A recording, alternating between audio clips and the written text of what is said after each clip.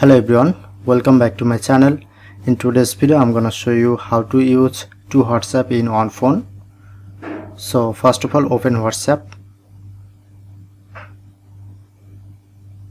Now I'm showing you a very simple method, step by step, so follow my whole process carefully. Look at the right corner, tap onto three dot, go to setting option, click on arrow icon, click on to add account,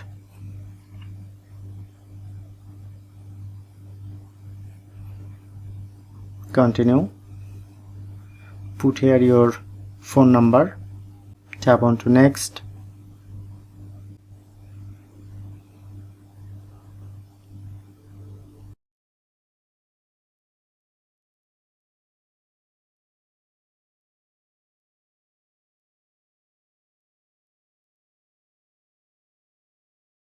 okay, now done. So that's how you can do it.